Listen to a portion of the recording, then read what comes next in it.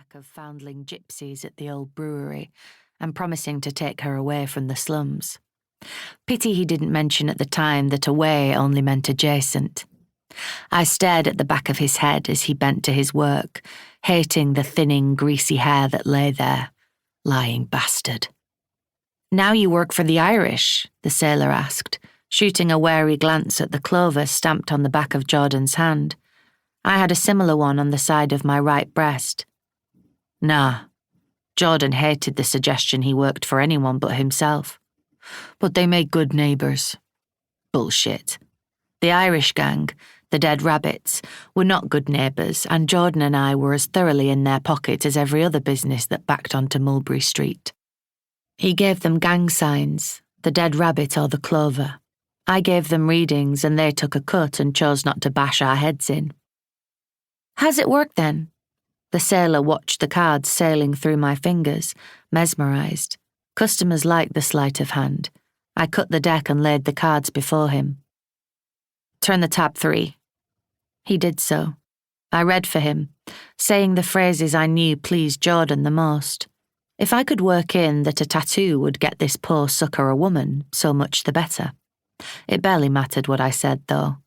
Now that I was sitting close, the sailor's eyes never left my skin, skimming the edges of the short-sleeved, low-cut dress Jordan preferred me to wear in the shop. "You'll be lucky on Friday if you place a bet." His eyes found the tiger on my left shoulder. "You've got a good chance at success for whatever you try your hand in." They travelled to the Chinese dragon on my right wrist as I pointed at the sun card. "You're going to draw someone to you, a lover of great desires and passion." They settled on the Wheel of Fortune below my collarbone. I didn't need to look up from the Page of Pentacles to feel Jordan's anger throbbing nearby. If the boy looked away from my chest, we might be able to move on. "These all your work, then?" he asked Jordan. I stiffened. "All mine." Jordan's voice was dangerous and soft as velvet. The sailor didn't notice. "Never seen a girl with so many like that." His eyes were still on my wheel. I started to sweat. "Never seen a girl with any, apart from people in the West Indies. She lets you do it?" "Of course. She likes it." I had liked it. In the beginning, I would have done anything for him. He was so handsome and kind, and he worked so carefully and gently, whispering how the pain would soon be over and how beautiful I'd look. He'd followed it with kisses and caresses until I didn't feel the difference. Pain and love, it was all together. Then, later on, he'd wanted to ink me in places people would see. That's when the problems had started. "Likes it?" The sailor's eyes were wide. "Good God, if I could find me a woman who liked pain." This boy doesn't know what he's doing, I thought. He doesn't know what he's costing me.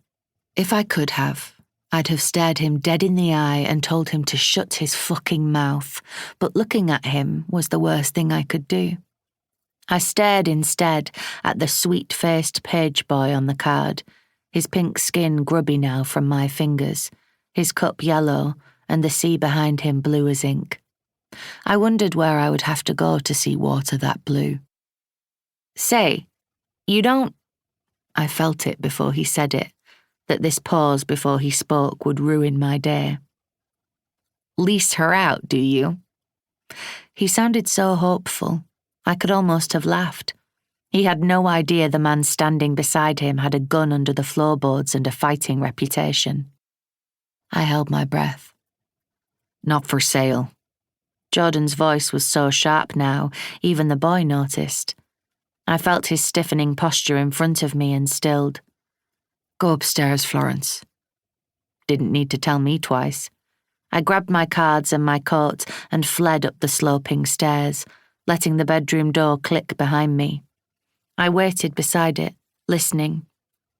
He was either going to kill him or take all his money and kick him out. He might finish up the tattoo before he did either. Jordan never liked to leave a job incomplete. I found I didn't care much what happened. For me, the end result was the same. It was always my fault. I sat on my side.